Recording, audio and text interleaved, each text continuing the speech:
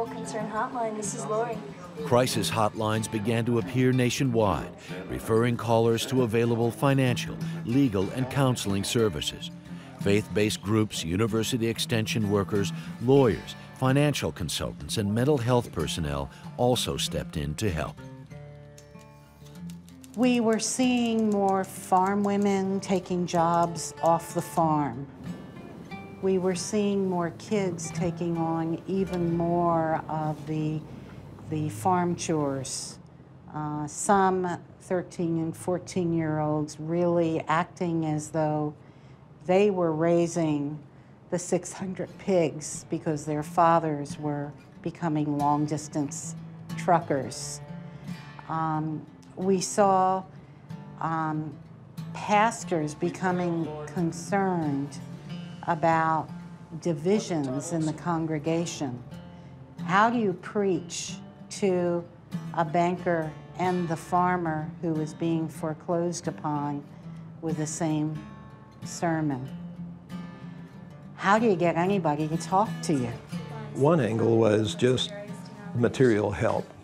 There were folks that needed food, they needed clothing, that kind of thing. So church folks do that, we organized that.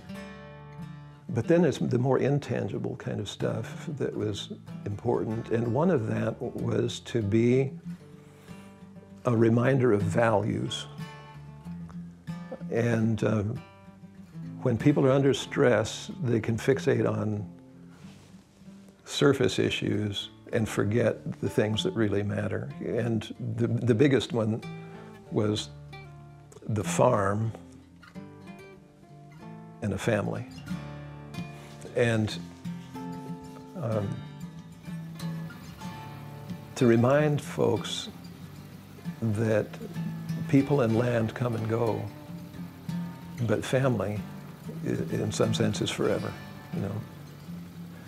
That regardless of where you live, what you're doing, what land you've got, your family is in the enduring part, the important part. Tend to your family. Farmers needed all kinds of support, including mediation services and financial counseling. If you could, you restructured your debt. Most of the time when they came to me, the finances were secondary. The indecision was the main thing. They didn't really know what they wanted to do. You know, do we liquidate? Do we, you know, our age has a lot to do with it. The family members, what do we do? And so I wanted to get to a resolution that they felt comfortable with. And sometimes that outcome was that they needed to get out. And several of them did that because it just wasn't practical. And there was really no way that it was ever going to be resolved. Now, they didn't always do that when I thought that they should.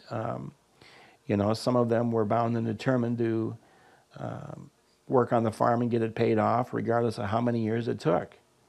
And there was no room for error. I mean, if they had a bad year, they were going to be done.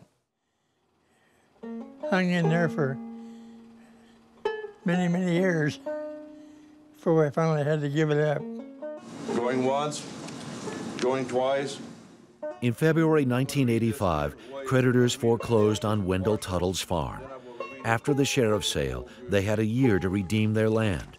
But with a poor crop and insufficient cash flow, the banks would not loan them any more money.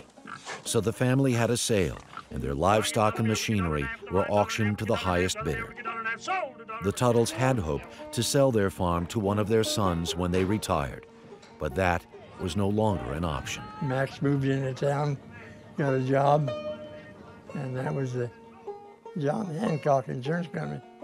We were supposed to give Max the opportunity to buy the house and a little acreage, but they didn't do it.